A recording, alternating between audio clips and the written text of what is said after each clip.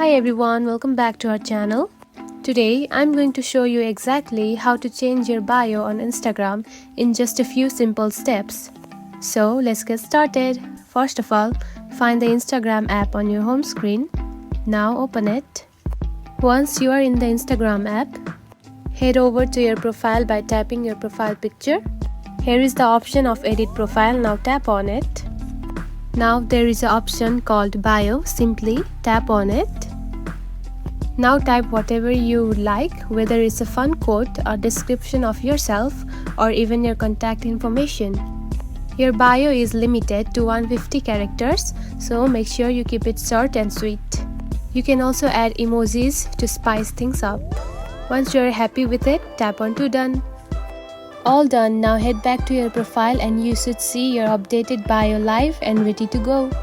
And that's it. Changing your Instagram bio is super easy, right? Now you can keep your profile fresh and make sure it reflects your current mood, brand, or whatever you are all about.